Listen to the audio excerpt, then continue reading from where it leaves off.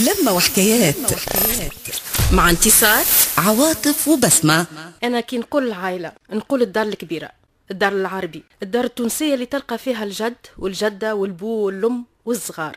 كي نقول التربية نقول الاحترام والخوف من الكبير وتدوير اللسان 7 مرات قبل ما ننطقوا بكلمة تنجم ما تكونش في بلاصتها. نتذكر الحس واللعب والجوجمة في وسط الدار، ووقت نسمعوا حفلة صباط عزيزي داخل من الباب الناس الكل فرفر للبيوت ويتعدى في وسط كلوار فارغ ساكت نفس ما فماش.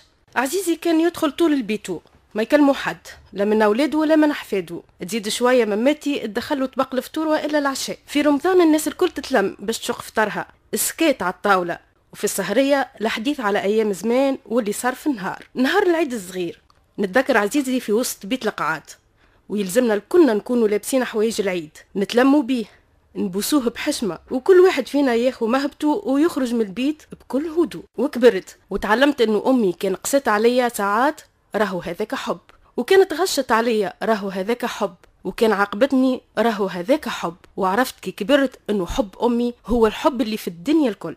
اما بابا هو بسمة من حنان، هو الصديق والاخ، هو اللي نحب نحكي معاه في الكورة، في السياسة، في التاريخ، في الثقافة. نتحاور نتناقش ونحتد في الدفاع على رأيي معاه ونتنرفز، لكن في الآخر نخرج بنتيجة وإضافة. عرفت أنه بالحوار يكون الحل التربية سليمة لأولادي، وهذا يخليهم يبحثوا عن المعلومة، وهكا تتكون لهم ثقافة عامة وتتبنى شخصيتهم على الثقة بالنفس وربط جسور تواصل صحيحة بينهم وبيني وبين مجتمعهم. لكن كي كبرت لقيت كل واحد ولا عنده دار وعائلة، وتوحشت لما زمان.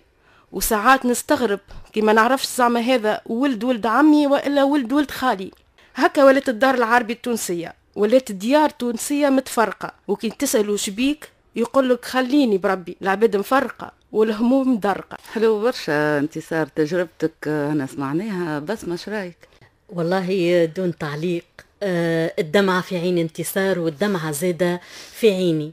يا حسر على أيام زمان بريحة الكوجينة وريحة بيت المونة وريحتك الصيفية ولمة المونة والتكسكيس والتغربيل متاع الدقيق والمحمصة المزلوقة وكل ماكلة المدبش الحلالم فلفل الزينة صيف كامل نعديوها في التكسكيس والتغربيل وزلقانة المحمصة. يا حسر على أيام زمان.